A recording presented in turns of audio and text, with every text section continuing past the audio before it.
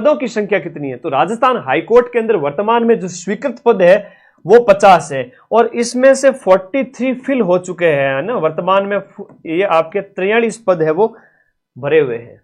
राजस्थान के हाईकोर्ट की जोधपुर पीठ के अंतर्गत आने वाले जिला न्यायालयों की कुल संख्या कितनी है? तो जोधपुर जो पीठ है, जो मुख्य पीठ है, उसके अंतर्गत आने वाले जिला न्यायालयों की संख्या कितनी है? देखो, इनकी संख्या 19 है और ये आप लोगों को ये डाटा का ये अभी जो जिले हैं उनके अकॉर्डिंग ही चल रहा है। जिला न्यायाधीशों की नियुक्ति किसके द्वारा की जाती है? जिला न्यायालय भी आपके सिलेबस में है, इंपॉर्टेंट है। जिला न्यायाधीशों की नियुक्ति है वो किसके द्वारा की जाती है? जिला न्यायाधीशों की नियुक्ति भी आपके राज्यपाल के द्वारा की जाती है। जिला न्यायाधीशों की नियुक्ति भी राज्यपाल के द्वारा की जाती है।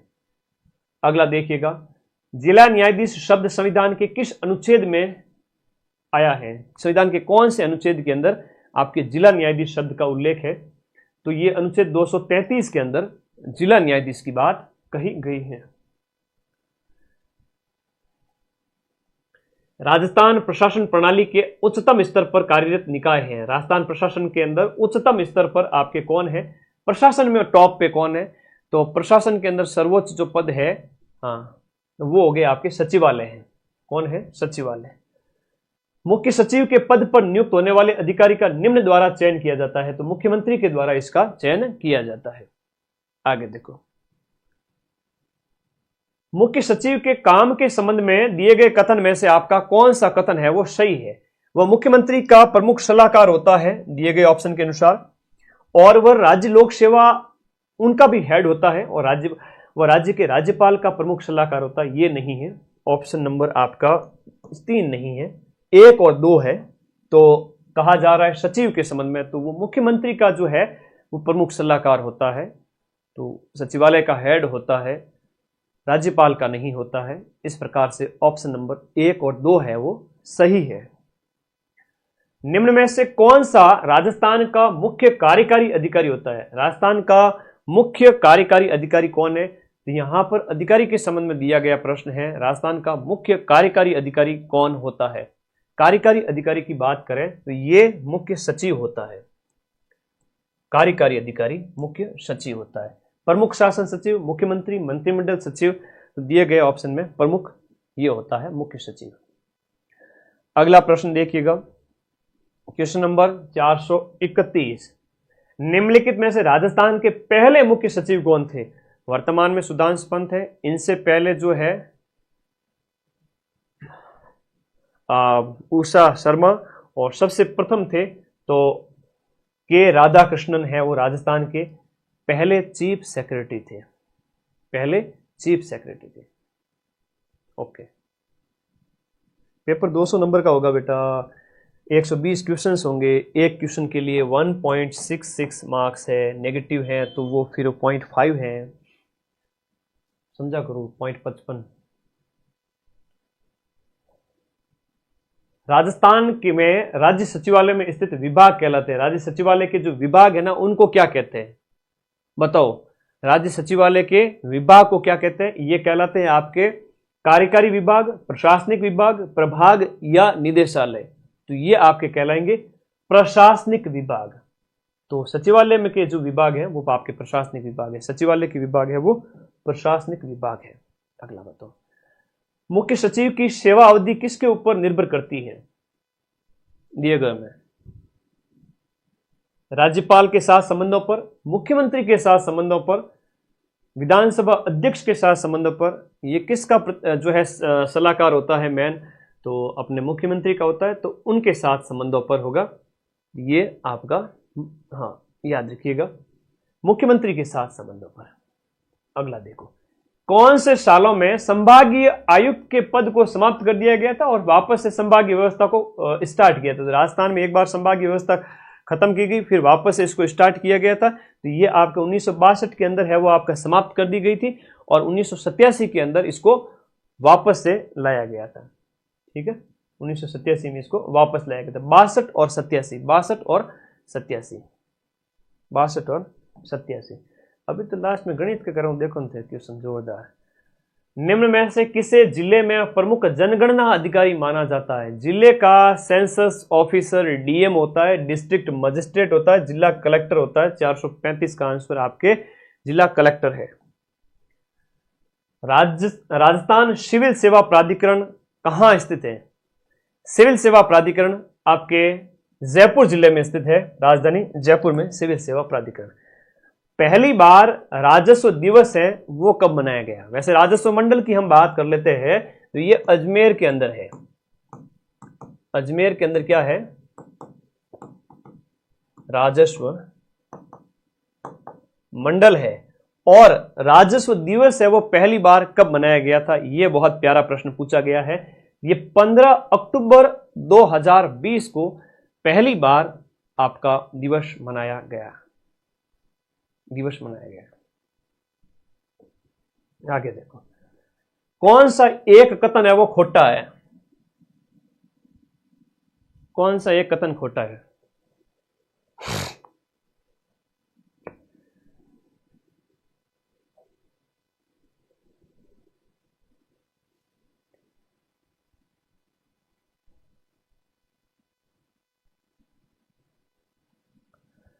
क्वेश्चन नंबर 438 दिए गए में भारत के संविधान के अनुच्छेद 233 में जिला शब्द का उल्लेख किया गया। जिला प्रशासन सिलेबस में है था रे, एक प्रश्न आएगा।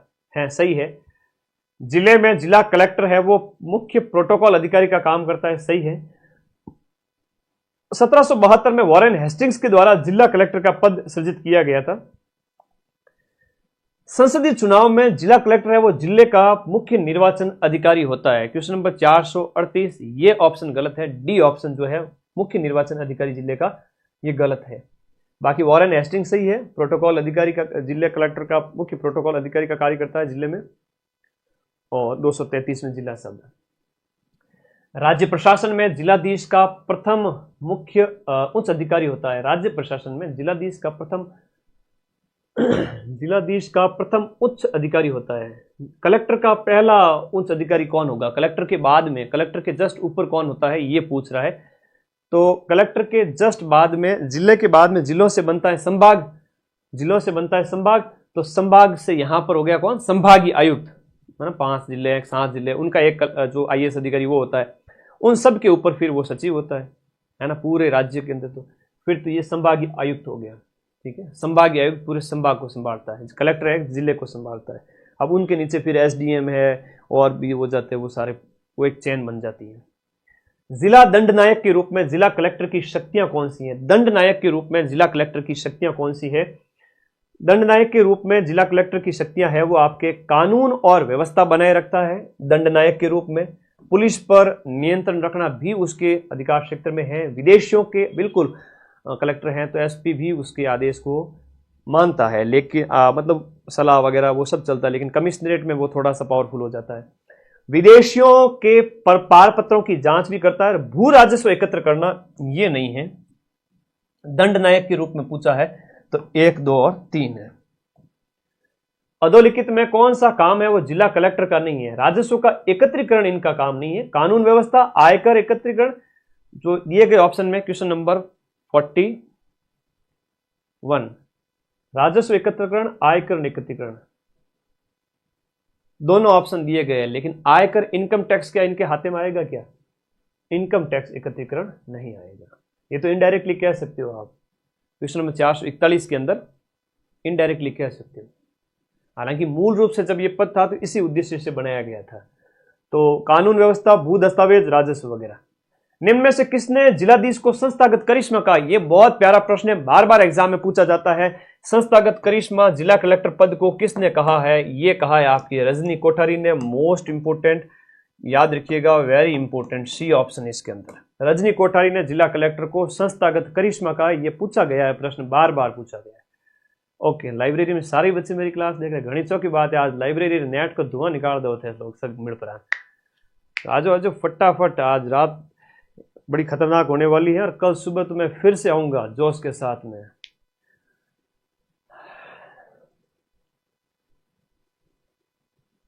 शरीर की सीमा से बाहर जाके पढ़ा रहा हूं। 2 दिन थोड़ा सा बाद में आराम कर लेंगे, मार पड़ेगी तो पड़ेगी। देखा जाएगा। सरकार की आंख कान और बाह की भांति जिले में कौन काम करता है? सरकार की आंख कान और बाह की भांति कलेक्टर काम करता है। तो ये जिलाधीश या जिला कलेक्टर या डिस्ट्रिक्ट मजिस्ट्रेट एक ही पद होता है। 443 के अंदर आपका जिलाधीश होता है। जिलाधीश के बारे में कह रहे हैं हम, जिला स्तरीय जो प्रशासन है उसका जो हेड है वो यही होता है, जिला कलेक्टर होता है। और जिला आपदा प्रबंधन, देखो आपदा प्रबंधन आपके सिलेबस में है ना, जिला, ये प्रश्न एक बार पूछा गया था और वापस से पूछेंगे तुम्हारे 6 पारियों में से संभावित है। जिला आपदा प्रबंधन, जिला आपदा प्रबंधन प्राधिकरण का हेड वो भी कौन है? डिस्ट्रिक्ट मजिस्ट्रेट है, यानी कि कलेक्टर है। ठीक है, जिला आपदा प्रबंधन प्राधिकरण को कहते हैं district disaster management authority, DDMA. क्या बोलेंगे इसको? डीडीएमए बोलेंगे। और स्टेट लेवल पे होता है तो मुख्यमंत्री जी होते हैं, और सेंट्रल लेवल पे होगा तो उसके हेड प्रधानमंत्री होंगे। नेशनल डिजास्टर मैनेजमेंट अथॉरिटी होता है, सबसे बड़ा होता है ND, national disaster management authority, उसका पीएम होता है। और फिर आपका स्टेट डिजास्टर मैनेजमेंट अथॉरिटी है, उसका सीएम हेड होता है। और जिला है डीडीएमए, तो उसका कलेक्टर हेड होता है। आपदा प्रबंधन आपके सिलेबस में इससे ज्यादा कठिन प्रश्न आज तक पूछा नहीं गया, कौन इसका हेड है, बस इतना ही पूछा जाता है।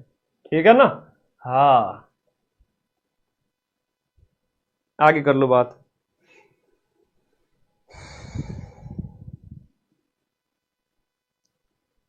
प्रशासनिक दृष्टि से जिलों को किस में बांटा है?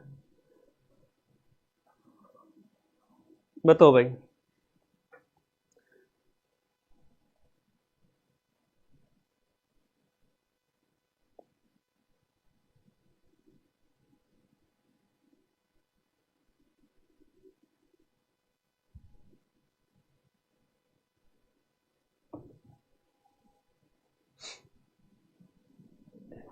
किसमें बांटा है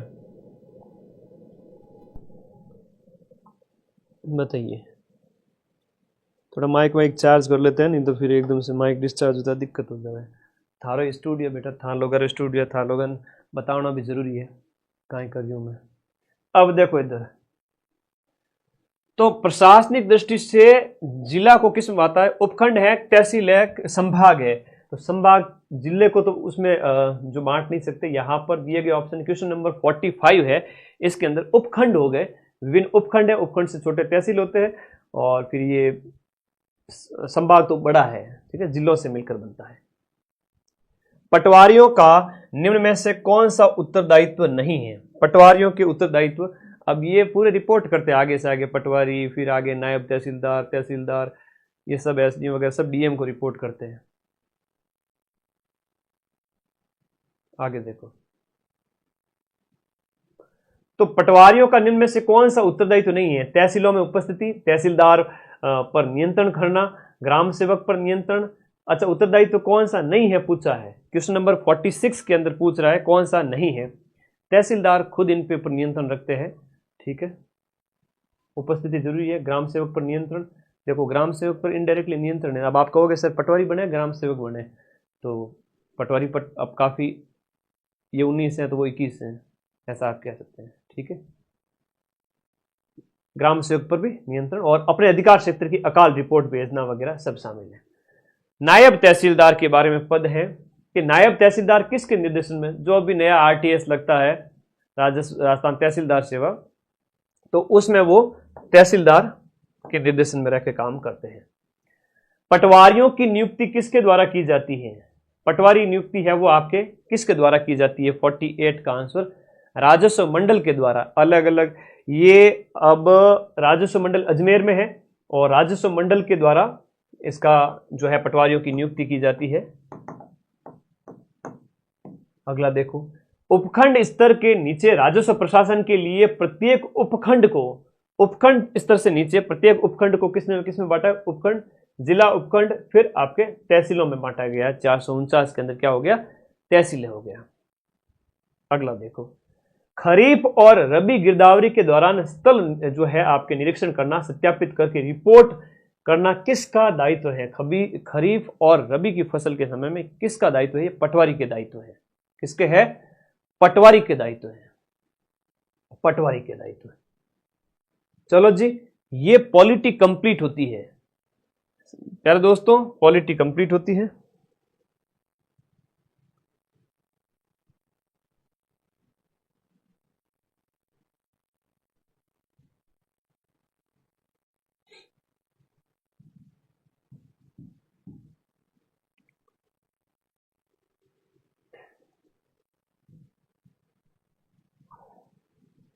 सेव करनी थी भाई।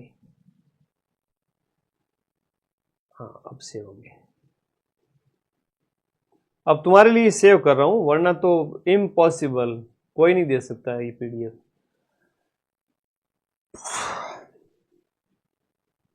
इतनी 1000 पन्नों की सेव होती भी नहीं है। बैचेज आपके लिए उपलब्ध है, ठीक है।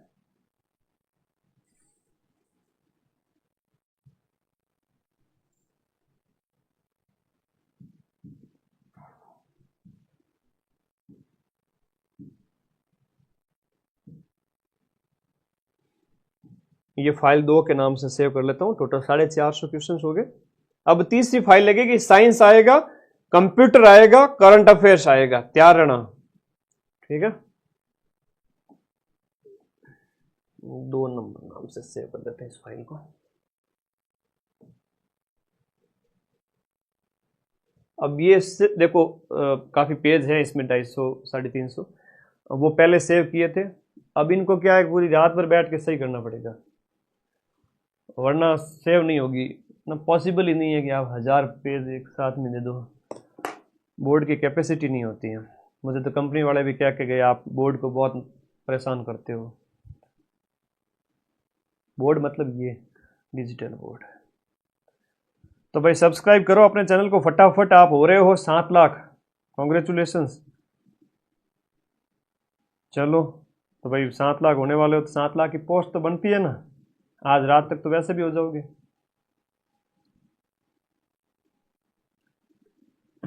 तो एक बार सेव हो जाए फिर आगे बढ़ते हैं। अगली फाइल लगाएंगे, तीसरे नंबर की फाइल।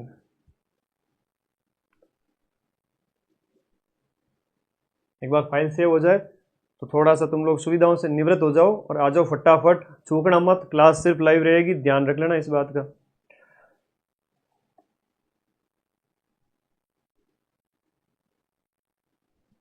आजो आजो आजो फटाफट आजो, 2 मिनट का ब्रेक है।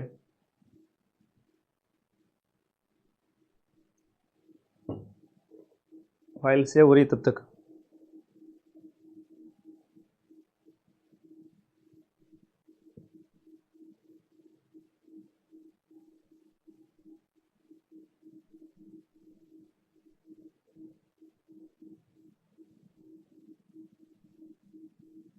ये जी हो गई, ठीक है।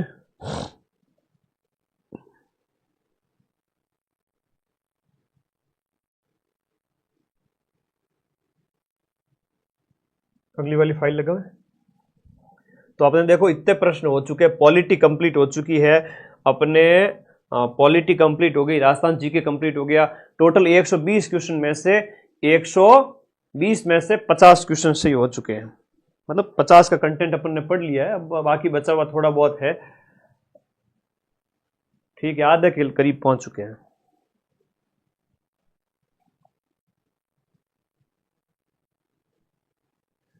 आधे के करीब पहुंच चुके हैं। अब ये सेव होने के बाद इसको हटा देते हैं, नई फाइल लगा देते हैं। और ये लगेगी अब तीसरे नंबर की फाइल, 1 2 3। इसके बाद लगेगी साइंस, फिर हिंदी, इंग्लिश, मैथ। अब ये जो आ रही है आपके लिए एकदम गर्मा गर्म, कहते हैं ना, तो हलवा। और इस हलवे के अंदर क्या क्या है सर? भाई इसके अंदर है आपके करंट अफेयर्स और इसके साथ साथ अन्य कुछ।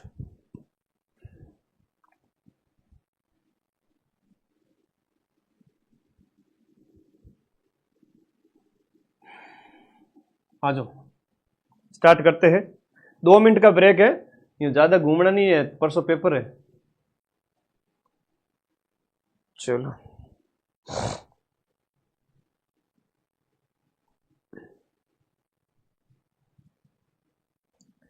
अब शुरू करेंगे करंट अफेयर्स और साइंस। 60 क्वेश्चंस पूरे करने हैं, 50 तो हो गए, 50 तो हो गए, 60 पूरे करने हैं।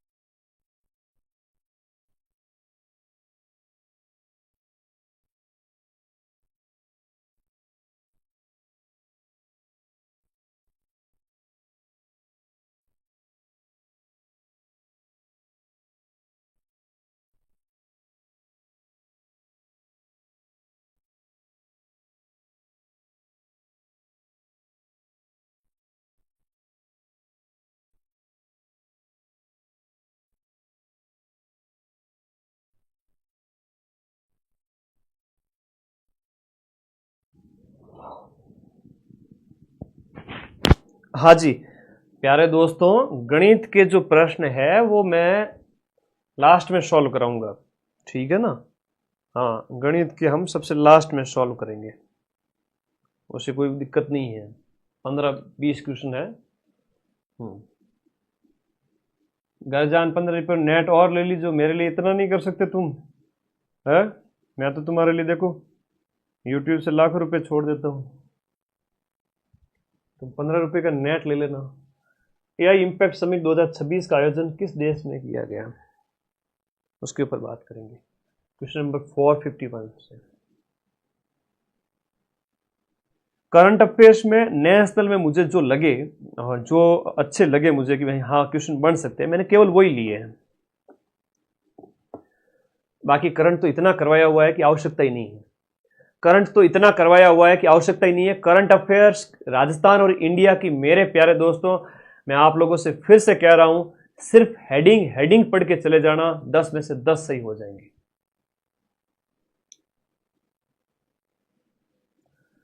40 पेज की जो पीडीएफ है उसमें सिर्फ हेडिंग पढ़ के चले जाना तो भी सही हो जाएंगे। ठीक है, आ जाओ भाई।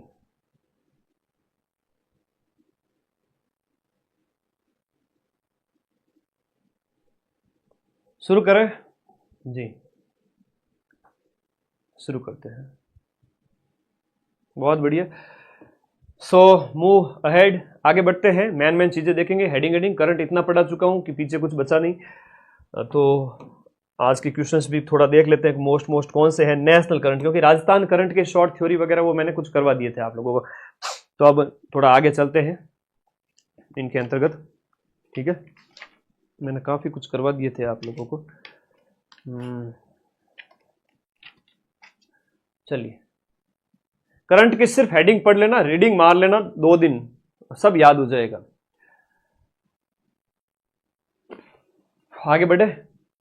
एआई इंपैक्ट समिट 2026 का आयोजन किस देश में किया गया? भारत के अंदर हाल ही में एक आर्टिफिशियल इंटेलिजेंस, कृत्रिम बुद्धिमत्ता से संबंधित एक सम्मेलन है वो आयोजित किया गया।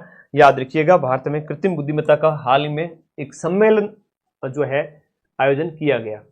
भारत का पहला आर्टिफिशियल इंटेलिजेंस पर आधारित सड़क सुरक्षा प्रोजेक्ट लॉन्च करने वाला देश का पहला राज्य है वो भारत का पहला एआई आधारित, मतलब आर्टिफिशियल इंटेलिजेंस पर आधारित सड़क सुरक्षा प्रोजेक्ट लागू करने वाला पहला जो राज्य बन गया है वो अपना उत्तर प्रदेश बन गया है। हाल ही में थार रेगिस्तान में मिला पहला हड़प्पा स्थल राजस्थान के, देखो रेगिस्तान के अंदर जो हड़प्पा स्थल जो पहला मिला है वह कौन सा था? वो अपना जैसलमेर के अंदर रातड़िया की डेयरी। तो रातड़िया डेयरी थोड़ा फेमस रहा, थार के अंदर मिला पहला स्थल है तो रातड़िया डेयरी है, इंपोर्टेंट है, थोड़ा याद रखिएगा इसको। बहज गांव की सभ्यता जो डीग के अंदर भी मिली है, तो राजस्थान के अंदर नई नई सभ्यता मिली है। तुम लोग कहते हो सर इतना कैसे याद करेंगे? तो विक्रम साराभाई अंतरिक्ष केंद्र का नया निदेशक किसे बनाया गया? हाल ही के अंदर विक्रम साराभाई अंतरिक्ष केंद्र का नया निदेशक किसे बनाया गया है? डॉक्टर ए राजराजन को। Doctor A Rajarajan. V Narayan है वो आपके इसरो के हेड हैं, वो भी इस साल ही बने हैं, ये आपको याद रखना है। इसरो के प्रमुख नए जो बने हैं वो वी नारायण है। बहुत सारी नई नियुक्तियां, जैसे मुख्य निर्वाचन आयोग है उसके अध्यक्ष ज्ञानेश कुमार जी है, इसके आपके इसरो के हेड है वी नारायण जी है, डीआरडीओ के समीर वी कामत है। ऐसे थोड़ा नई नई चीजें थोड़ा याद रखा करो। अच्छा, आरबीआई के हेड कौन है बताओ? अगला प्रश्न बहुत इंपॉर्टेंट है। अरे पगले मेरा कह रहा, आगे आ जाओ, आगे आ जाओ। क्या करे, बड़े बड़ा ही ना रहे, समा बड़न को चाहिए छोटन को उत्पात।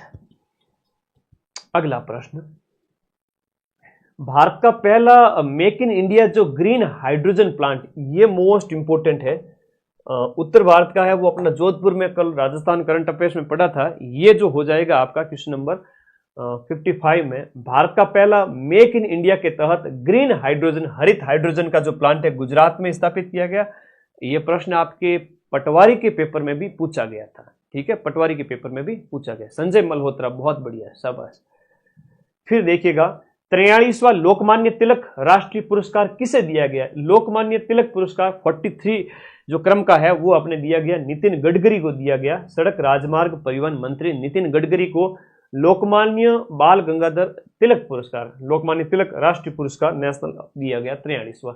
71वें राष्ट्रीय पुरस्कारों में सर्वश्रेष्ठ अभिनेत्री का अवार्ड किसे दिया गया? ये रानी मुखर्जी को दिया गया। सर्वश्रेष्ठ अभिनेत्री को, अभिनेत्री का जो अवार्ड है वो रानी मुखर्जी को जाता है। ये आपका अभी हाल ही के अंदर आयोजित किया गया था जो राष्ट्रीय फिल्म पुरस्कार, उसके अंदर।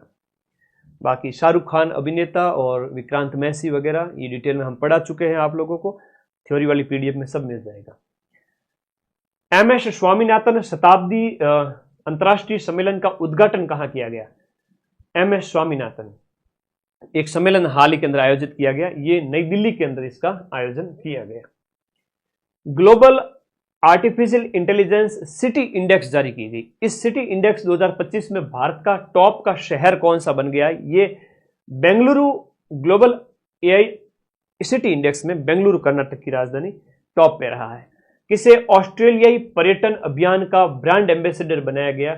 ऑस्ट्रेलियाई पर्यटन का ब्रांड एम्बेसडर सारा तेंदुलकर को। राष्ट्रीय अंतरिक्ष दिवस हर साल कब मनाया जाता है? 23 अगस्त को मनाया जाता है, चंद्रयान 3 के साउथ पोल पर जाने की खुशी के अंदर, तो वेरी इंपॉर्टेंट है।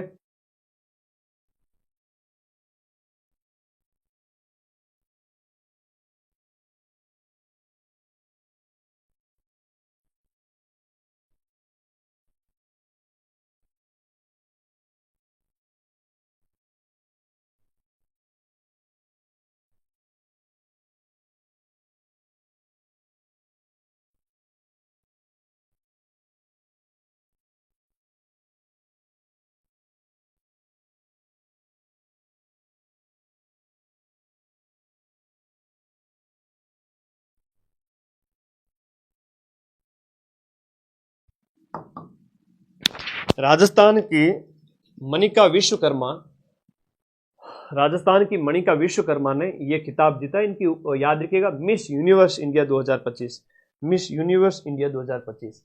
एनडीए ने उपराष्ट्रपति पद के लिए उम्मीदवार किसे बनाए? अब सीपी राधाकृष्णन अपने 15वें उपराष्ट्रपति बन चुके हैं। ठीक है, 15वें उपराष्ट्रपति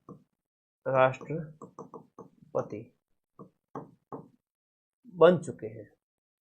15th क्रम के, 14वें थे धनखड़ साहब। भारत का 99वां ग्रैंड मास्टर कौन बने हैं? शतरंज के जो मास्टर है वो ग्रैंड मास्टर है। अब तो आ गई ना आवाज? हाँ, आवाज नहीं आ रही, क्या बात कर रहे हो?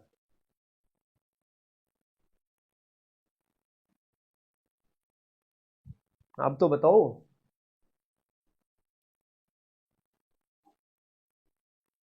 क्या बात है।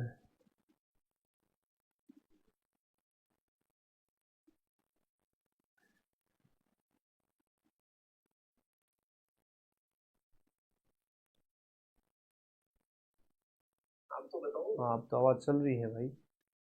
चलो एक बार शेयर कर दो, है ना, तुम लोग थोड़ा आज वॉइस ठीक है भाई।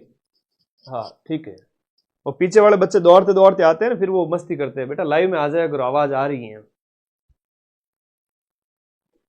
तो भारत का जो है 89वां ग्रैंड मास्टर किसे बनाया गया है? रोहित कृष्णा। एस रोहित कृष्णा है वो भारत के 99वें ग्रैंड मास्टर बने हैं। हाँ जी। 79वें स्वतंत्रता दिवस समारोह का जो थीम क्या है? 15 अगस्त का जो मनाया गया 79th क्रम का स्वतंत्रता दिवस मनाया गया, इसकी थीम क्या थी? वो थी नया भारत। ठीक है, न्यू इंडिया इसकी थीम थी, नया भारत इसकी थीम थी। याद रखना है, स्वतंत्रता दिवस की कोई भी दिवस मनाया गया उसकी थीम याद रखो। जैसे कॉन्स्टिट्यूशन डे मनाया गया 26 नवंबर को, उसकी थीम थी हमारा संविधान हमारा स्वाभिमान, और ये पटवारी के पेपर में पूछा गया था नेशनल करंट अफेयर्स के अंदर। तो थीम बहुत इंपॉर्टेंट है, स्पोर्ट्स पर्सन बहुत इंपॉर्टेंट है, नियुक्तियां बहुत इंपॉर्टेंट है, अवार्ड बहुत इंपॉर्टेंट है, प्रसिद्ध सम्मेलन इंपॉर्टेंट है, कोई इंडेक्स है तो इंपॉर्टेंट है, वो मैं करवा रहा हूं। और वो जो पीडीएफ तुम पढ़ो 50 पेज की, उसमें हेडिंग पढ़ लेना बस, बहुत है, उससे ज्यादा कुछ पढ़ने की आवश्यकता है नहीं। ठीक है, इतना माल दे दिया है कि मजाल क्या पेपर बाहर चला जाए। ठीक है ना, यूट्यूब से प्रूफ 90% से भी ज्यादा दूंगा, मतलब दूंगा। ये तो 4th ग्रेड है इसलिए कह रहा हूं, बाकी बड़ा पेपर होता कोई, मान लो पटवारी में भी दे दिए, RS प्री वगैरह तो बैच से देने पड़ते हैं, सीईटी ग्रेजुएशन सीईटी के बैचेज वगैरह उनमें थोड़ा अच्छा लेवल आता है, थानेदार का पेपर हो तो फिर बैच के प्रूफ देते हैं हम। ठीक है, समझा करो इस बात को। ये कोई लेवल नहीं रहेगा, जिसने पढ़िया थोड़ा सा पढ़े में दिमाग घुसा दिया लास्ट के 5-7 दिन में भी, उसका सिलेक्शन है, अगर पूरे साल थोड़ा बहुत भी पढ़ा है तो। इतना तुम लोगों को मैं बार बार है ना मोटिवेट कर रहा हूं कि भाई तुम लोग नौकरी के बहुत करीब हो, तो इसलिए तो गुरुजी आपको सबसे ज्यादा देख रहे हैं पूरे राजस्थान में, 79th वाला। थैंक यू भाई। आगे देखो मेरे दोस्तों, भारत का पहला पशु स्टेम सेल यानी बायो बैंक, ये प्रश्न होते हैं अच्छे वाले। ठीक है, टेलीग्राम में चले जाओ, टेलीग्राम के कंटेंट से 2-4 पीडीएफ पढ़ लोगे, करंट जीके वगैरह, इन सब से मिल जाएंगे 80 से 90 क्वेश्चन, तो टेंशन मत लो। भारत का पहला पशु स्टेम सेल बायो बैंक ये कहां उद्घाटित किया गया, बताओ इसका आंसर। क्वेश्चन नंबर 466, ये हैदराबाद के अंदर पशु स्टेम सेल बायो बैंक। पशुओं के अंदर स्टेम सेल, जैसे मनुष्यों के अंदर भी स्टेम सेल होता है, उससे क्या है कि हमारा कोई अंग बनाया जा सकता है इन फ्यूचर, अगर कोई ऑर्गन खराब हो जाए तो ट्रांसप्लांट करने में हेल्प मिलती है, तो बहुत इंपॉर्टेंट है। अगला देखिएगा यहां पर अंतर्राष्ट्रीय युवा दिवस है हर साल कौन सी तारीख। राष्ट्रीय युवा दिवस 12 जनवरी को मनाया जाता है, लेकिन अंतर्राष्ट्रीय युवा दिवस है वो 12 अगस्त को मनाया जाता है। कब मनाया जाता है? 12 अगस्त को अंतर्राष्ट्रीय युवा दिवस मनाया जाता है। किस निजी कंपनी ने भारत की पहली स्वदेशी मीडियम मशीन गन विकसित की है? इसमें कौन सी एक निजी कंपनी है जिसके द्वारा भारत की पहली, इंडिया की पहली स्वदेशी medium machine gun that is MMG का विकास किया गया है? ये आपके लोकेश मशीन लिमिटेड, इसके द्वारा भारत की पहली स्वदेशी मीडियम मशीन गन विकसित की गई है। भारत का पहला एआई संचालित शिक्षण ऐप देखो ट्यूटोज, आर्टिफिशियल इंटेलिजेंस यानी ऑटोमेटिक कृत्रिम बुद्धिमत्ता के थ्रू चल रहा है, और ये ट्यूटोज है वो किस संस्थान ने लॉन्च किया, जो कि आपका एक टीचिंग ऐप है, कृत्रिम बुद्धिमत्ता द्वारा संचालित जो है आपका ऐप है ट्यूटोज शिक्षण ऐप। इसका विकास किसके द्वारा किया गया? तो ये आईआईटी पलक्कड़ के द्वारा है ना, आईआईटी पलक्कड़ के द्वारा। आईसीसी के पहले भारतीय सीईओ कौन बन गए हैं? ये बन गए हैं संजोग गुप्ता आईसीसी के प्रथम भारतीय चीफ एग्जीक्यूटिव ऑफिसर सीईओ मुख्य कार्यकारी अधिकारी कौन बन गए? संजोग गुप्ता बन गए। बस 2 बार रिकॉल करना होता है, सब कुछ याद होता है। आगे देखो मेरे भाई, 1-1-47 की रफ्तार से बढ़ रहे हैं हम आगे, देखो तो सही। संजोग गुप्ता। डॉक्टर जितेंद्र सिंह द्वारा भारत का पहला नेशनल बायो बैंक, ये होते हैं प्रश्न। पहला नेशनल बायो बैंक आपके कहां खोला गया? 471, क्वेश्चन नंबर 471, नई दिल्ली के अंदर। स्टेम सेल वाला कहां पर? हैदराबाद के अंदर। पहला नेशनल बायो बैंक का उद्घाटन नई दिल्ली के अंदर। कंफ्यूज नहीं होगा ना? हाँ, bio bank, stem cell bio bank Hyderabad, bio bank वाला है तो ये आपका नई दिल्ली के अंदर है, नेशनल बायो बैंक। भारत का पहला ग्रीन डाटा सेंटर है वो कौन से राज्य में? Green data centre very very important, ये उत्तर प्रदेश राज्य में स्थापित किया जा रहा है। भारत का पहला ग्रीन डाटा सेंटर, ग्रीन मतलब पर्यावरण से रिलेटेड सारी चीजें उससे संबंधित। पहला खेलो इंडिया जो वाटर स्पोर्ट्स फेस्टिवल का आयोजन कहां किया गया? हम बात करें अभी 2025 के अंदर, तो वाटर स्पोर्ट्स जो खेलो इंडिया वाटर स्पोर्ट्स फेस्टिवल आयोजित किया गया खेलो इंडिया के तहत, वाटर स्पोर्ट्स जो पानी पर गेम जो है जितने भी उनके अंदर, तो इसका आयोजन कहाँ किया गया? श्रीनगर के अंदर। श्रीनगर में खूब सारी झीलें हैं, डल झील है, खूब सारी साफ पानी की झीलें, उसमें अलग अलग स्पोर्ट्स आयोजित करवाए गए। तो ये आपका वाटर स्पोर्ट्स जो है खेलो इंडिया के तहत श्रीनगर में आयोजित किए गए। भारत का पहला ओवरपास वन्यजीव गलियारा कौन से एक्सप्रेस वे पर बनाया जा रहा है? ओवरपास जो एक्सप्रेस वे की बात करें, दिल्ली मुंबई एक्सप्रेस वे पर बनाया जा रहा है भारत का पहला ओवरपास वन्यजीव गलियारा। ये हम आप लोग राजस्थान करंट में भी पढ़ते हैं, ठीक है। बस नॉर्मली याद कर लीजिए, क्या सुर्खियों में क्यों था वही प्रश्न आएगा, इर्द गिर्द की कोई बात नहीं पूछेंगे, क्यों टाइम वेस्ट करना है ना। करंट के नाम पे रोज रोज, पिछले कितने साल हो गए, 5-7 साल हो गए टाइम बर्बाद करते हुए सुबह सुबह, हैं? तो कभी मत करो। नेशनल राजस्थान वो मैं पढ़ा दूंगा तुम लोगों को, मंथली या 6 महीने का 5 महीने का क्वेश्चन तो बाहर जाते नहीं, फिर क्यों मुंह फाड़ के बैठे रहते हो सुबह सुबह ठंड में भूखे पेट ही। तो अपने उसकी जगह कोई स्टैटिक पढ़ लिया करो, उसकी जगह कोई सब्जेक्ट स्ट्रॉन्ग कर लिया करो। हालांकि अब वो जमाना थोड़ा बदल गया है, मैं खुश हूँ इस बात से कि टाइम चेंज हो चुका है। कभी एक दौर होता है किसी कोचिंग का, फिर धीरे धीरे वो चेंज होता जाता है, बहुत अच्छा है, चेंजेस आने चाहिए। अंतर्राष्ट्रीय आलू केंद्र का क्षेत्रीय केंद्र भारत के कौन से राज्य में स्थापित किया? अंतर्राष्ट्रीय आलू केंद्र का क्षेत्रीय केंद्र भारत के कौन से राज्य में स्थापित किया जाएगा? ये स्थापित किया जाएगा आपके उत्तर प्रदेश के अंदर। अंतर्राष्ट्रीय इंटरनेशनल पोटैटो सेंटर का रीजनल सेंटर है वो आपके उत्तर प्रदेश के अंदर। क्वेश्चन नंबर 476, लगातार 8 बार भारत का सबसे साफ शहर है वो इंदौर। मध्य प्रदेश का जो इंदौर है, याद रखिएगा, इंदौर है सबसे साफ शहर हो गया है, ठीक है, ठीक है। इंदौर। अगला देखो, लगातार 8 बार इंदौर बन गया है। क्वेश्चन 500-477 देखिएगा। Polygraph magic skill award, polygraph magic skill award जीतने वाली पहली भारतीय खिलाड़ी कौन बन गई है? Deepika Sherawat. Polygraph magic skill award जीतने वाली पहली भारतीय। अंतरराष्ट्रीय क्रिकेट में 3 प्रारूप, तो टेस्ट, वनडे और T20 में शतक बनाने वाली पहली भारतीय महिला क्रिकेटर कौन बन गई है? ये अभी नया प्रश्न बना है, बहुत इंपोर्टेंट है। स्मृति मंदाना का नाम याद रखना। क्रिकेट के तीनों ही फॉर्मेट के अंदर इन्होंने, आपके फैक्चुअली तो पूछे जाएंगे, 4th ग्रेड का करंट कैसा आएगा, कौन क्या कहां स्थापित हुआ, कौन बना, मेन चीज, उसके अलावा कुछ नहीं। भारत का पहला राज्य कौन सा है जिसने पशुधन खेती को आधिकारिक रूप से, पशुधन को आधिकारिक खेती का दर्जा किया? अगर आप पशुपालन कर रहे हैं तो वो एक खेती कहलाएगी। ये एक तरह से दर्जा किसने दिया है? महाराष्ट्र गवर्नमेंट ने इसको दर्जा दिया है, पशुधन को खेती का दर्जा दिया है। अफ्रीकी देश घाना का सर्वोच्च सम्मान है officer of the order of the star of Ghana. Officer of the order of the star, ये घाना का जो सर्वोच्च सम्मान है हाल ही में किसे मिला है? ये मिला है अपने नरेंद्र मोदी जी को। बहुत प्यारा प्रश्न है, याद करिएगा, नरेंद्र मोदी जी को।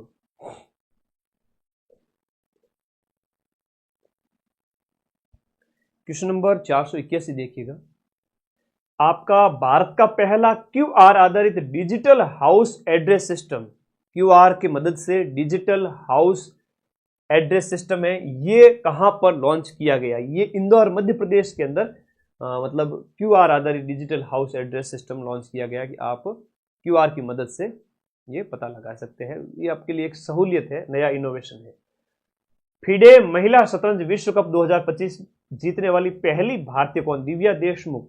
बहुत इंपॉर्टेंट है, दिव्या देशमुख सुजस के अंदर भी आया हुआ था, ये इंडिया लेवल की खिलाड़ी है। राजस्थान की हम बात करें, अद्विक शर्मा और यश भरड़िया, इनके बारे में भी मैंने पढ़ाया था, ये प्रश्न भी आ सकता है राजस्थान करंट में। यश भरड़िया और एक आपका अद्विक शर्मा।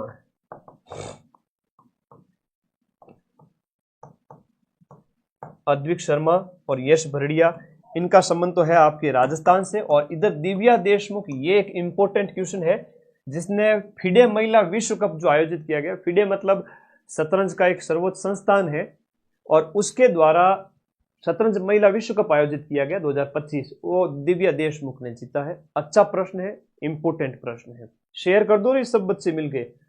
कहाँ कर रहे हो, दिया बत्ती कर रहे हो क्या सब मिलके? 5 घंटे ही तो बच्चे यार, मुझे 500 प्रश्न करवाने हैं। आजो आजो फटाफट बुला के लाओ सबको, लेट हो रहे हो, पेपर आगे नजदीक, सिलेक्शन लेना है। प्रधानमंत्री मोदी को किस देश के द्वारा 60वें स्वतंत्रता दिवस के तौर पर एक अपने मुख्य अतिथि के रूप में बुलाया गया? ये मालदीव के द्वारा। लक्षद्वीप के जस्ट नीचे जाओगे और आपके 8 डिग्री चैनल से जो अलग होता है अपने भारत से, लक्षद्वीप से, तो मालदीव देश का हाल ही में 60वां स्वतंत्रता दिवस मनाया गया, जहां मोदी जी तय करके आए। अब आगे देखो, भारत का दूसरा सबसे लंबा केबल स्ट्रे ब्रिज है, वो कौन से राज्य में बनाया गया है? हाल ही के अंदर आपका केबल स्ट्रे ब्रिज की बात करें तो ये आपका कर्नाटक के अंदर दूसरा सबसे लंबा केबल स्ट्रे ब्रिज बनाया गया, याद रखिएगा, कर्नाटक। हरियाणा के नए राज्यपाल के रूप में किसे नियुक्त किया गया है? राज्यपाल वगैरह थोड़े इंपॉर्टेंट होते हैं, तो प्रोफेसर असीम कुमार घोष हैं, वो हरियाणा के नए राज्यपाल बन गए हैं, प्रोफेसर असीम कुमार घोष। विश्व जनसंख्या दिवस कब मनाया जाता है? प्रतिवर्ष 11 जुलाई को विश्व जनसंख्या दिवस मनाया जाता है। प्रतिवर्ष 11 जुलाई को विश्व जनसंख्या दिवस मनाया जाता है। आगे देखो, हाल ही के अंदर यूनेस्को की विश्व धरोहर सूची में किसे जोड़ा गया? विश्व धरोहर सूची के अंदर मराठाओं के जो किले हैं, अनेक प्रकार के, शिवनेरी का किला है, सिंधु दुर्ग है, बहुत सारे किले हैं, वो आपके इसके अंदर शामिल किए गए। लाइव के बाद फिर क्लास हो सकता है मिले ना मिले, है ना, डिलीट हो जावे, बुला दो सबको, व्हाट्सएप स्टेटस लगा के आ जाओ, खतरनाक क्लास इतिहास में पहली बार। मिलेंगे 80% हर पारी के अंदर इसी क्लास में से। इनमें से किस खिलाड़ी को 2024 के लिए मेजर ध्यानचंद खेल रत्न पुरस्कार से सम्मानित नहीं किया गया? देखो 2024 में मेजर ध्यानचंद खेल रत्न अवार्ड गुकेश, गुकेश, हरमनप्रीत, प्रवीण कुमार, नवदीप सिंह। तो दिए गए ऑप्शन में जो है आपका नवदीप सिंह, जो कि एक पैरा जेवलिन थ्रोअर है, जिन्होंने गोल्ड मेडल जीता है जेवलिन के अंदर। अभी याद रखिएगा, पैरा जेवलिन के अंदर गोल्ड मेडल जीता है, पैरा ओलंपिक के अंदर, पैरालंपिक के अंदर, पैरालंपिक के अंदर, है ना। बहुत सीधा लड़का है, बिल्कुल भी गाली नहीं देता है। नाम क्या है इनका? नवदीप सिंह। बहुत सीधा लड़का है, क्या गाली देते हैं? मोदी जी ने भी पकड़ लिया है। हाँ, मैंने आपका वीडियो देखा था। तो ये भाई हाइट छोटी सी, वो एक दिव्यांगता की कैटेगरी में, लेकिन खिलाड़ी बड़ा तगड़ा है। ठीक है, नवदीप सिंह। 2025 में कुल कितने व्यक्तियों को पद्म विभूषण पुरस्कार से सम्मानित किया गया? पद्म विभूषण जो है 7 लोगों को दिया गया, ये आपको याद रखना है। 7 लोगों को पद्म विभूषण याद रखना है, बहुत इंपॉर्टेंट है, मोस्ट इंपॉर्टेंट है। पद्म विभूषण 7 लोगों को। हाल ही में भारत की हाल ही में भारत की किन 2 शहरों को यूनेस्को के द्वारा wetland city of the world की सूची में शामिल किया जाए? Wetland city of the world है वो उदयपुर और इंदौर को कि वेटलैंड सिटी घोषित किया जाए, तो ये आपका हाल ही के अंदर इनको शामिल करने की बात कही गई है। बहुत इंपॉर्टेंट है, वेरी इंपॉर्टेंट है। अपना उदयपुर राजस्थान का और इंदौर मध्य प्रदेश, इन्हें हाल ही में वेटलैंड सिटी मतलब आर्द्रभूमि शहर घोषित करने की बात wetland city of the world की लिस्ट में जोड़ दिया गया है। वेटलैंड्स एक स्थान होते हैं और एक शहर जहां पर वेटलैंड बहुत ज्यादा है। उदयपुर में भी देखा जाए तो खूब सारे वेटलैंड हैं, आर्द्रभूमि के स्थान। आईसीसी अवार्ड 2024 में विमेन ओडीआई जो क्रिकेटर ऑफ द ईयर का खिताब है, वो 2024 में women cricketer of the year पूरे साल का जो खिताब है वो स्मृति मंदाना इंडिया को जाता है। ओके, अगला देखो, गणतंत्र दिवस परेड जनवरी के अंदर आपके राज्य और केंद्र शासित प्रदेश की कैटेगरी में कौन सी झांकी को पहला स्थान मिला था? ये अपने जो है उत्तर प्रदेश की झांकी को पहला स्थान प्राप्त हुआ गणतंत्र दिवस परेड के अंदर। फिर देखो, खो खो वर्ल्ड कप महिला पुरुष टीम का खिताब किसने जीता? ये भारत ने जीता, हाल ही के अंदर नेपाल में जो आयोजित की गई। तो भारत ने पुरुष और महिला खो खो विश्व कप दोनों का ही विजेता, मेल फीमेल दोनों में भारत चैंपियन बना। ये भारत के लिए बड़ी गर्व की बात है और प्रश्न बहुत शानदार है, आपसे पूछा जाएगा। ग्लोबल फायर पावर इंडेक्स जो कि आपके हथियारों से संबंधित हो जाता है, ग्लोबल फायर पावर इंडेक्स में भारत की रैंकिंग क्या रही है? तो भारत की रैंकिंग है वो आपके 4th क्रम की रही है। ठीक है, हथियार आयात निर्यात इनसे संबंधित हो जाता है। बहुत अच्छा प्रश्न है। 6ठा अंतर्राष्ट्रीय मिलेट महोत्सव, मोटे अनाज का जो अंतर्राष्ट्रीय महोत्सव है, ये कौन से राज्य में आयोजित किया गया? ये आपके कर्नाटक स्टेट के अंदर आयोजित किया गया। हाल ही के अंदर कर्नाटका के अंदर मोटे अनाज से संबंधित इस सम्मेलन का आयोजन किया गया। 2025 से सहकारिता वर्ष है और इससे पहले वाले वर्षों के अंदर आपके संयुक्त राष्ट्र के द्वारा इसको इंपोर्टेंस दी गई थी और वर्ष घोषित किया गया था। बताओ कौन सा वर्ष था जिसमें मोटा अनाज वर्ष घोषित किया गया था? 2025 जो है सहकारिता और अगला फिर महिला किसान वगैरह इस तरह से निर्धारित किए गए हैं। 13 जनवरी से प्रयागराज में जो आयोजित किया गया था कुंभ महोत्सव है। कुंभ को अमूर्त विरासत, यूनेस्को के द्वारा कौन से साल कुंभ को अमूर्त विरासत के रूप में शामिल किया? 2017 के अंदर। 2017 के अंदर कुंभ अमूर्त विरासत के अंदर शामिल हो गया था। भारत के 76वें गणतंत्र दिवस पर मुख्य अतिथि कौन थे? प्रबोवो सुबियांतो, इंडोनेशिया के जो हेड है प्रबोवो सुबियांतो, इंडोनेशिया। आपने देखा जब नौकरी के दौरान जब आप तैयारी कर रहे हो, आपको लगा कि नहीं लगा कि हाँ गुरुजी वाकई में कुछ चीजें हैं वो बहुत जरूरी हैं, जैसे एकाग्रता है या तपाना, इतना अगर डिवोट कर देते हो एकाग्रता तो सिलेक्शन हो जाएगा। तो बहुत बेसिक चीजें हैं, पढ़ाई से प्यार। हाल ही में किसे प्रवासी भारतीय सम्मान पुरस्कार, बहुत important, very very important, Syed Anwar Khurshid या सुल्तान, किसको दिया गया? 298 के अंदर सैयद अनवर खुर्शीद को दिया गया प्रवासी भारतीय सम्मान पुरस्कार 2025। प्रवासी भारतीय पुरस्कार 2025 सैयद अनवर, नाम पढ़ लीजिए भैया, एग्जाम में गलत नहीं होगा, मेरी गारंटी है। 10 पीडीएफ पढ़ ला दीजिए 2 दिन में, 2 बार पढ़ लीजिए, सब कुछ याद रहेगा। 2 दिन बाद पेपर है। हैनले पासपोर्ट इंडेक्स हालांकि चेंज होते हैं, अभी रैंकिंग इसकी चेंज हो गई होगी, आई हैव सम डाउट। उस समय 85 थी, ठीक है, प्रथम तिमाही के अंदर जो 85 थी, प्रथम तिमाही में, फर्स्ट तिमाही में ये रैंकिंग। हालांकि ये इंपॉर्टेंट प्रश्न उतना आपके नहीं बनता है फर्स्ट तिमाही में, फिर भी अगली क्लास कल सुबह लूंगा, तब मैं इसका लेटेस्ट डाटा बताऊंगा, ठीक है। ओके,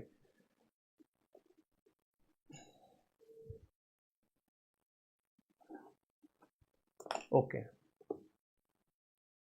किस राज्य में भारत के पहले जैविक मत्स्य पालन क्लस्टर का शुभारंभ किया गया? देखो बहुत प्यारा प्रश्न है। जैविक मत्स्य पालन, मछली पालन से संबंधित क्लस्टर की बात है तो सिक्किम के अंदर ये स्थापित किया गया। क्वेश्चन नंबर, एक जैविक राज्य अपने सिक्किम, जहां पर, तो ये आपका सिक्किम याद रखना। 500 क्वेश्चन हो चुके हैं, 5 घंटे अपने पास और है। और देखो शुरुआती जीके था तो थोड़ा जीके में क्या है कि टाइम देना ही पड़ता है, क्या करें।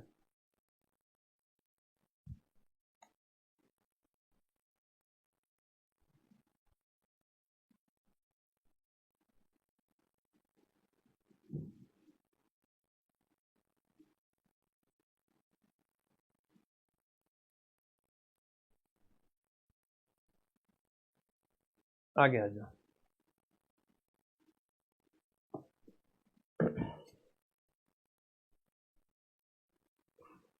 नेक्स्ट क्वेश्चन,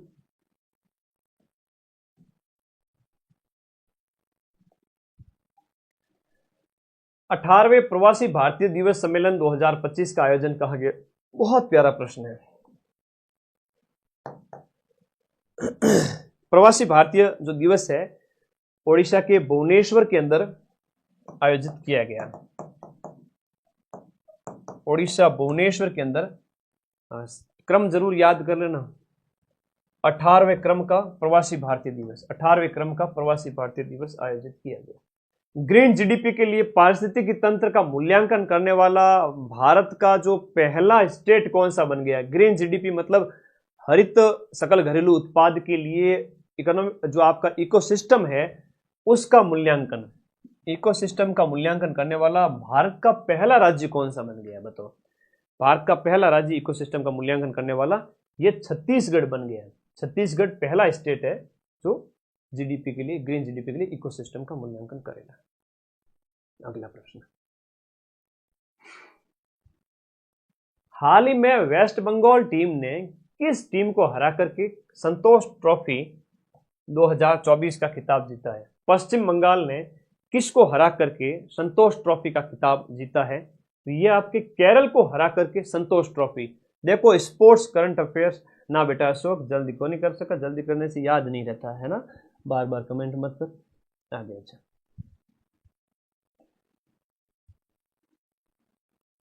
तो संतोष ट्रॉफी का जो खिताब है वो पश्चिम बंगाल में है। पश्चिम बंगाल टीम ने किस टीम को हराकर संतोष ट्रॉफी का खिताब जीता? केरल को हराकर इसने संतोष ट्रॉफी हाल ही में जीती है। आगे बढ़े। ओके, अगला प्रश्न आंसर बताओ, बड़ा प्यारा प्रश्न है। नीति आयोग द्वारा जो फिजिकल हेल्थ इंडेक्स में कौन से राज्य ने टॉप किया? बताओ। हाँ, सादा पैंट। अधीनस्थ बोर्ड का जो पेपर होता है ना बेटा, हो अधीनस्थ बोर्ड के पेपर में आप कुछ भी पहन के जा सकते हो, फुल बाजू, हाफ बाजू, कुछ भी पहन सकते हो, ठीक है। हाँ जी,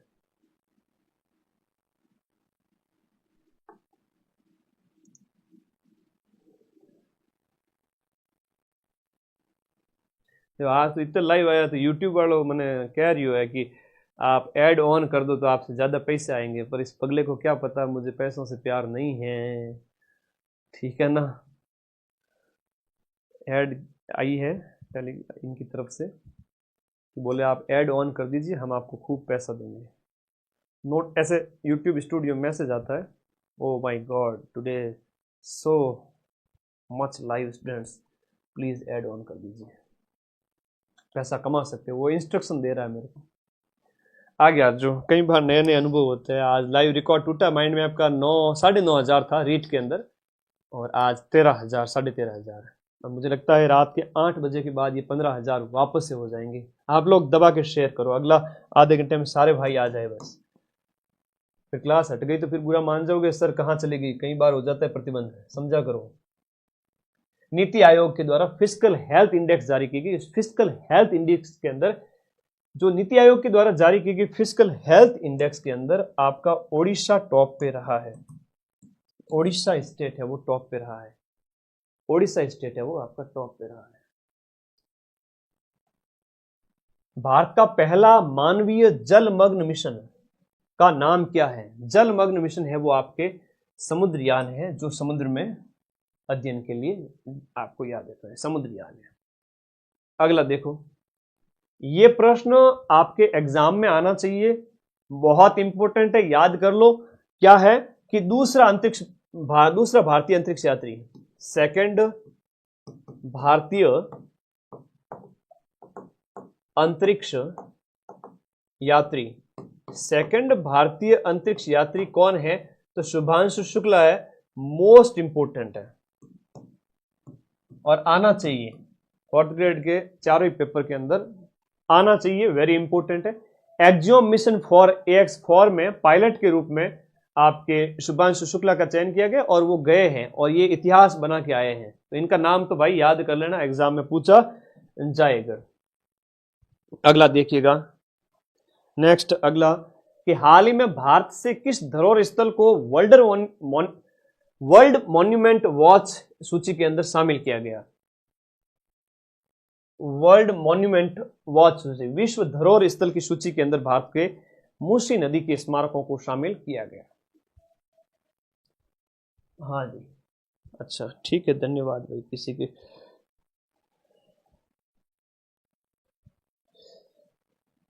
मूसी नदी जो साउथ के अंदर यहाँ पर हैदराबाद वगैरह वहां के स्मारकों को इसमें शामिल किया गया। विश्व मॉन्यूमेंट वॉच इंडेक्स, विश्व मॉन्यूमेंट वॉच इंडेक्स के अंदर में शामिल किया गया। EORO के नोट्स वेट चाहिए बेटा, ऐप के अंदर सब कुछ अवेलेबल है, सारे एग्जाम्स LDC, EORO, CET, पटवारी, कांस्टेबल, 4th ग्रेड, चतुर्थ श्रेणी, REET, 1st grade, 2nd grade, थानेदार, सारे बैच है। पूरे साल आपको बैच में तो पढ़ाते हैं। 21 तारीख को कर लेना ज्वाइन।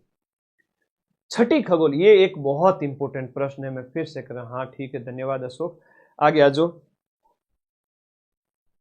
गुरुजी के दिमाग में हो रहा है केमिकल लोचा, ठीक है ना, लगातार 40 घंटे से सिर्फ 4 घंटे नींद लेके आए हैं, लखनऊ के लाडे हैं ना, ठीक है। मेरी मम्मी को पता चल गया ना, मुझे डांटेंगे, ठीक है। आ जाओ फटाफट खत्म करते हैं। छठी खगोलीय वेधशाला, देखो लेटेस्ट नवीनतम छठी खगोलीय 6th एस्ट्रोनॉमिकल ऑब्जर्वेटरी, जो कि department of science and technology के अंतर्गत स्थापित की गई। ये पंचेत पहाड़ी आपके वेस्ट बंगाल वहां पर स्थापित की गई है, पुरुलिया पश्चिम बंगाल के अंदर, वेस्ट बंगाल के अंदर। ये आप लोगों को याद रखना है, वेस्ट बंगाल के अंदर पंचेत पहाड़ी। तो छठी है और नवीनतम वेधशाला है, ये आपको याद रखना है। और ब्रह्मा जो वेधशाला है वो अपने माउंट आबू वाली, वो मैंने कल सूजस के अंदर करवा दी थी, तो ये ध्यान रखो, ये अच्छे प्रश्न है। अगला प्रश्न, दुनिया का सबसे शक्तिशाली आपका हाइड्रोजन ईंधन चालित इंजन है वो किस देश ने विकसित किया है? हाइड्रोजन से संचालित सबसे शक्तिशाली इंजन है, अभी भारत ने इसका परीक्षण किया था, तो सुर्खियों में था। भारतीय एथलेटिक्स महासंघ के अध्यक्ष कौन नियुक्त किए गए? एथलेटिक्स महासंघ के नए अध्यक्ष है वो आपके बहादुर सिंह सागू, बहादुर सिंह सागू नियुक्त किए गए हैं। भारत के नए चुनाव आयुक्त के रूप में ज्ञानेश कुमार बन गए हैं, मोस्ट इंपोर्टेंट है और आपके एग्जाम में पूछे जाने लायक है। इन्होंने नेशनल करंट लिखा है तो इनको ये प्रश्न देना चाहिए। राजीव कुमार जी लास्ट थे और अभी जो अगले हो गए हैं वो ये हो गए हैं, ध्यान रखना, बहुत इंपॉर्टेंट है। तो दिल्ली की नई मुख्यमंत्री के रूप में किसे नियुक्त किया गया? एज द न्यू जो है अभी वर्तमान के अंदर हम बात करें, दिल्ली की नई महिला मुख्यमंत्री कौन बनी है? आपकी रेखा गुप्ता बनी थी। करप्शन जो करप्शन परसेप्शन इंडेक्स जो CPI है वो, उसमें भारत की 2024 के अंदर क्या रैंकिंग रही है? 96th रैंक रही है आपकी करप्शन परसेप्शन इंडेक्स के अंदर, 96th रैंक रही है। आगे बढ़े। अगला देखो भाई, बहुत प्यारा क्वेश्चन है। हाल ही में प्रेसिडेंट्स रूल किस राज्य में लागू है? पूर्वोत्तर के अंदर, मणिपुर के अंदर आपके जो राष्ट्रपति शासन है वो अभी लागू किया गया था। उत्तराखंड में 38वें राष्ट्रीय खेल आयोजित किए गए, और 38वें राष्ट्रीय खेल बहुत ज्यादा इंपॉर्टेंट है। 38वें राष्ट्रीय खेल के अंदर पदक तालिका के अंदर पहले नंबर पर कौन रहा है? पहले नंबर पर सर्विसेज स्पोर्ट्स, सेना है ना, सर्विसेज, ये पहले नंबर पर रही है, डी ऑप्शन।